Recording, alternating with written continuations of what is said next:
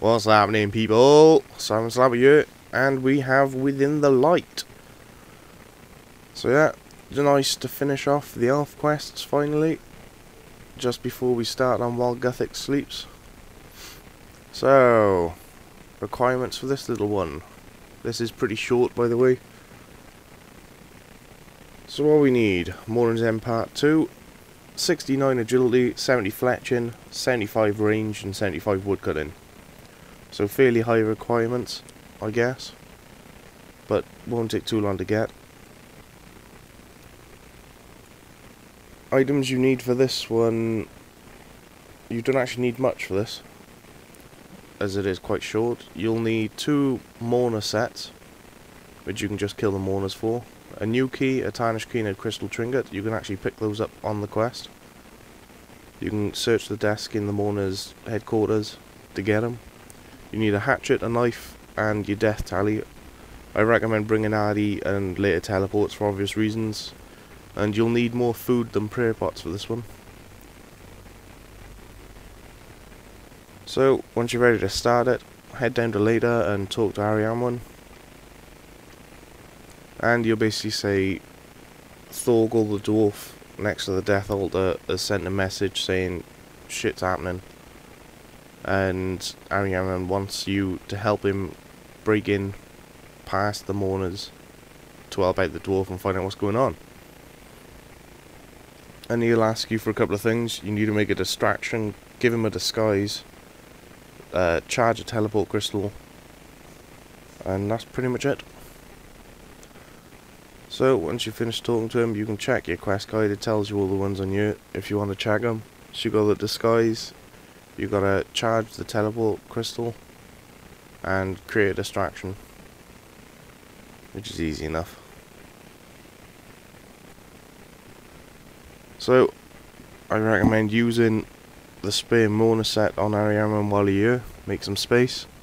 If you haven't got it, then you can kill the Mourners inside the Mourner's hideout to get a couple of sets if you want.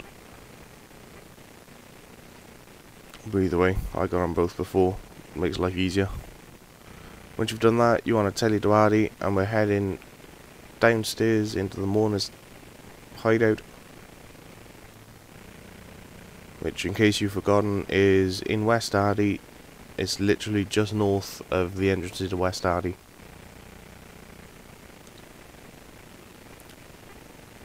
So, for those wondering how long this quest will actually take you, it took me, I think, about half hour. It's really short, to be honest. Oh, if you haven't got your keys, now's the time to pick them up. You can search his desk here and it'll give you the tarnish key and the new key. The trinket you can actually get off one of the elves, I can't remember who. But once you're down here, you want to talk to the gnome and talk to him about Within the Light. And basically you'll ask him for a favour, and you want him to create a distraction for your friend. You can either choose to stay in disguise or just tell him the truth. I choose stay in disguise. I don't think it actually matters.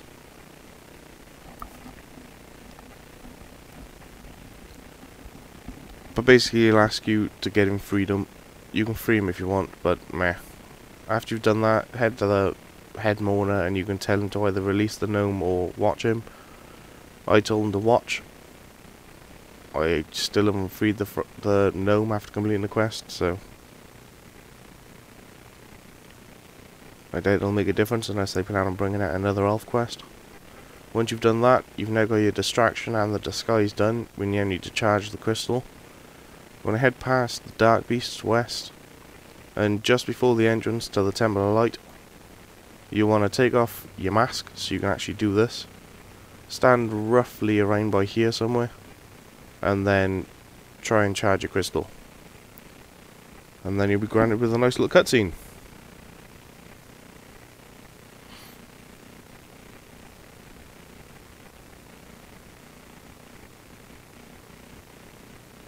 Gothics!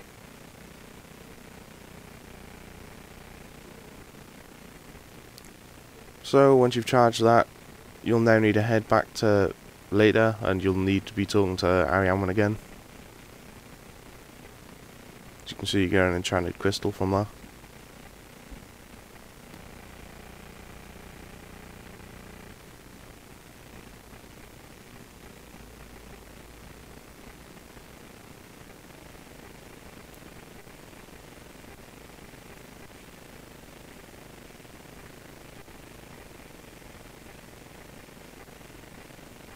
And you basically say, I've completed the tasks, you've got your disguise, you created a distraction, and you've charged a crystal. And he'll ask you if you're ready to go. If you need more food or you want to get stuff out of your bank, then tell him to hang on and get it. But you don't really need a massive amount for this. He will attack the shades as you run through. You can still check protect from melee on though, it does help. You want to be heading upstairs and then all the way south. If you've just done Morning's End Part 2, when you're following these guides, then you should remember all this. You want to head up these stairs here to get to the 3rd floor. Then you want to head towards the centre. And you want to head down these stairs here. And then down again. If for whatever reason your light isn't pointing at that and it's pointing at the death altar, you'll either have to go all the way through Underground Pass to put the light back facing towards the door so you can come through, or teleport in with the Wicked Hood and change it that way.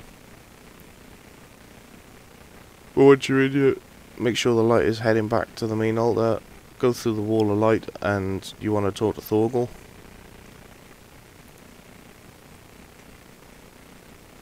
Talk to him about within the light, and he'll basically say he's got information for Ariam 1 and he can't believe you actually managed to get Ariam 1 down here. Blah blah blah. He'll tell you to talk to Ariam 1, so let's do that. And you'll ask him if there's anything that needs done.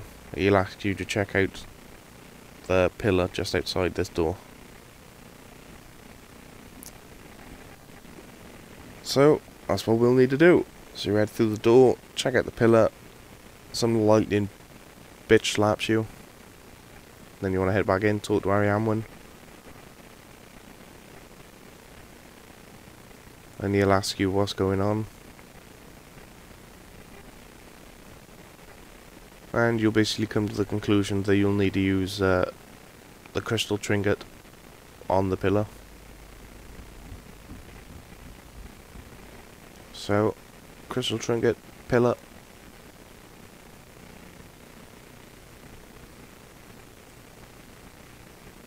Once you've done that, head back in, talk to Ariam 1.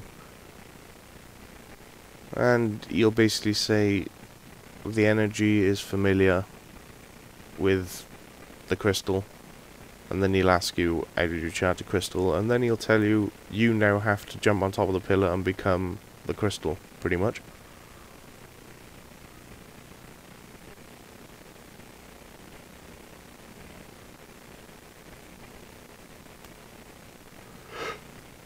Oh.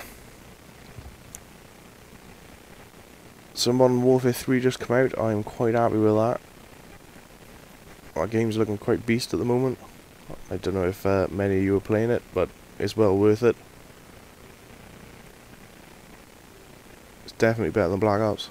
So anyway, once you're in here, talk to Thorgal and tell him to throw you up on top of the altar. Let's do this shit. And you'll jump up and you'll get charged with light or random energy, either way. Once you've done that, you want to run quickly now, because there is a time limit on this apparently. You want to head through the door, change the mirror so it's opening this door again. You want to head through here, up the stairs, then up the northern stairs again. You want to head all the way east. We're heading towards the big black crystal, if you can remember from Morning's End. Just south of here, and there it is. So you charge yourself on there. You want to head back now to the pillar. So head down the stairs, through the door, rotate the mirror, check the pillar.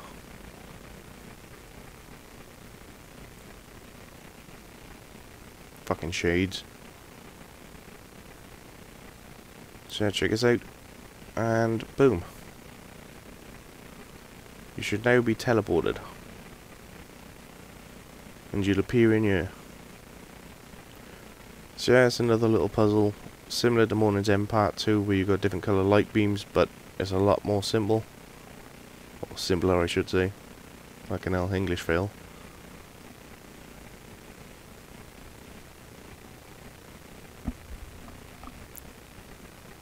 So yeah, you get a cutscene. Basically tells you there's lights here and there. There's receivers and stuff.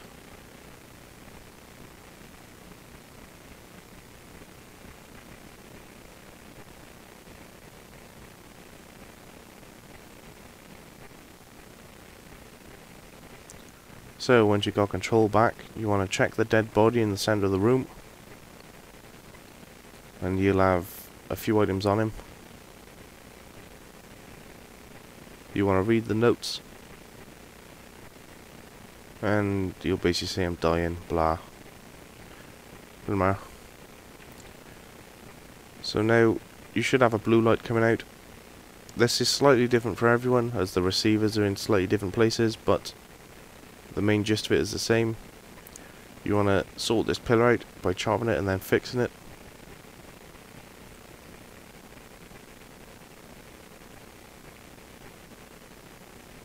Now you want to try and get this blue light into the yellow receiver on the other side of the room. Now for me this was in, I think it's the northwest corner. Whereas a couple of people have had it like just in front of me here. Or the one next to it. So it does seem to be random. It is still straightforward though. As you can see my yellow one's all over there.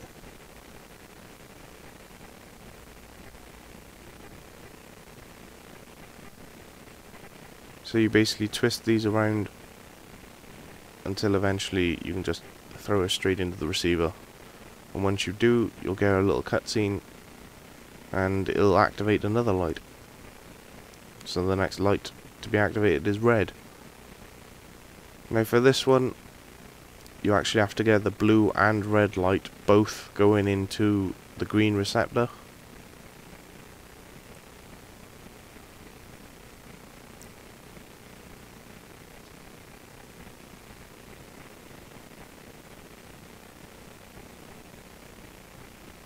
Like that. You should see the red and blue hit each other, become a purple light, and then it heads into the green. That's what you need to do for the rest of them. So for the third part, you now need to direct the green and blue into the next receiver, which is basically follow exactly what you did before, just this time heading into what's it, the red? Yeah, red receiver. Which is by year for me, could be different for you. But you basically need to direct the blue and green into this one.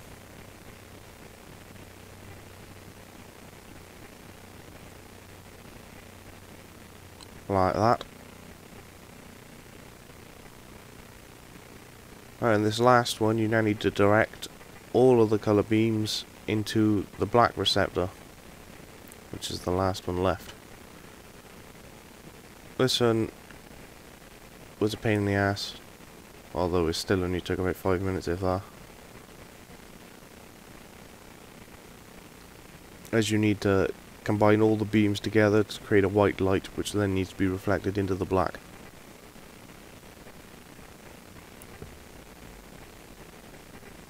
So depending on where yours are, you may need to make the lights go to different places compared to mine, but it's the same thing overall.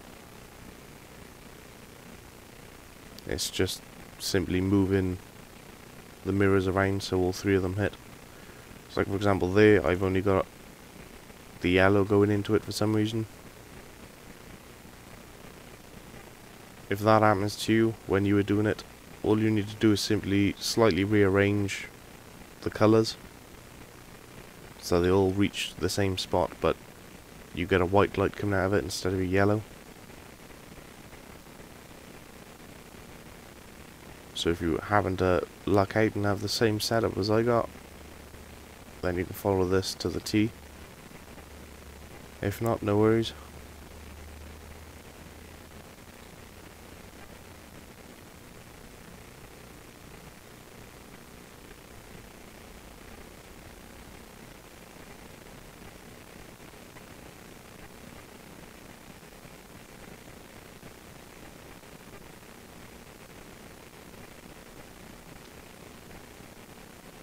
Hmm.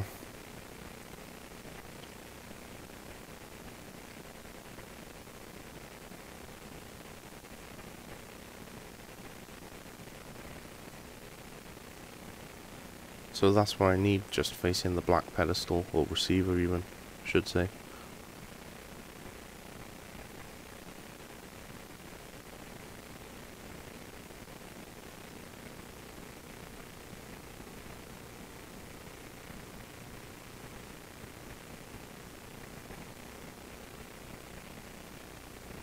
And there you go.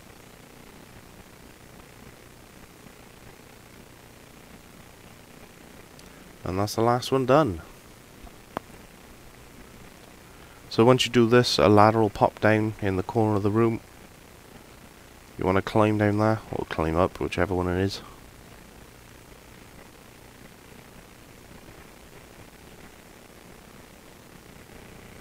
And now you get the last puzzle. Well, it's not really a puzzle, but yeah. It's the last room of this quest, pretty much. You pretty much have to follow a straight path all the way around. As you can see, the little spikes that come out of the floor can hit you, and they batter you for 10. And if you're like me and just really don't care, you'll just run straight through it and get hammered. This is why you need more food than prayer. You can time it so you don't get hit, but meh.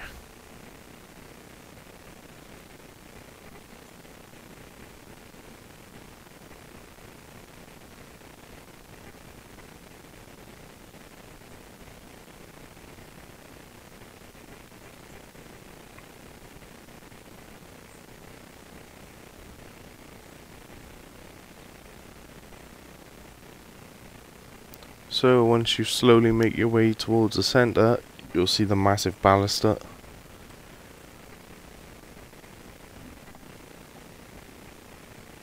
And basically what we need to do is fire this baluster to hit whatever the hell that thing is that's moving back and forth. Like that. And this will open the door in the room where all the lights are. So now you need to head back. And we'll have to be going through that door.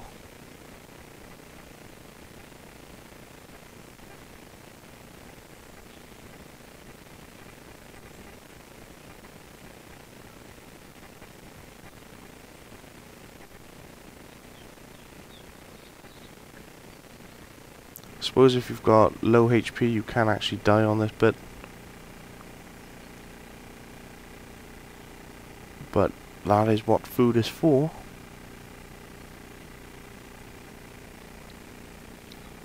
And eventually come to the end and be heading back upstairs and through the door. So once you head through this door, there'll be a dead elf. You want to search his body and you'll have a note on him. You want to read through the note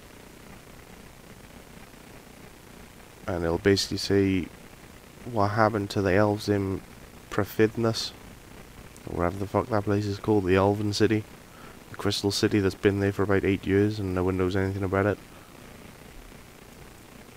And you want to head outside and you want to be teleporting to later, as apparently Ariamwan and Thorgal have both fucked off.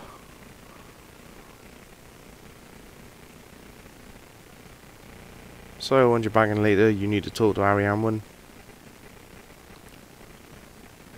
And this is pretty much the end of the quest, so congratulations. It probably took you about half hour, if that. And it's worth doing for the amount of XP you get, especially as agility is boring as shit.